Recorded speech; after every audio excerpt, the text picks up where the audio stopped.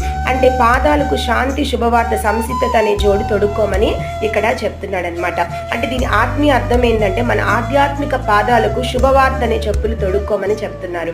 కాబట్టి మనం ఏం చేయాలి? క్రీస్తును ధరించుకోవాలంటే ముందు ఆయన శుభవార్త నమ్మాలంటే ఎలా విశ్వసిస్తాం? ముందు క్రీస్తుని ప్రేమిస్తేనే కదా ఆయన వార్తను మనం నమ్ముతాము. ఆయన ప్రేమిస్తే మనము ఆయన శుభవార్తను నమ్ముతాము, ఆ తర్వాత దాన్ని స్వీకరిస్తాము, ఆ తర్వాత మనం ధరిస్తాము, ఆ తర్వాత వాక్యానుసారంగా బ్రతుకుతాము. అది మనం నమ్మనప్పుడు, అసలు ముందు ప్రేమించినప్పుడు విశ్వాసం ఎలా వస్తుంది?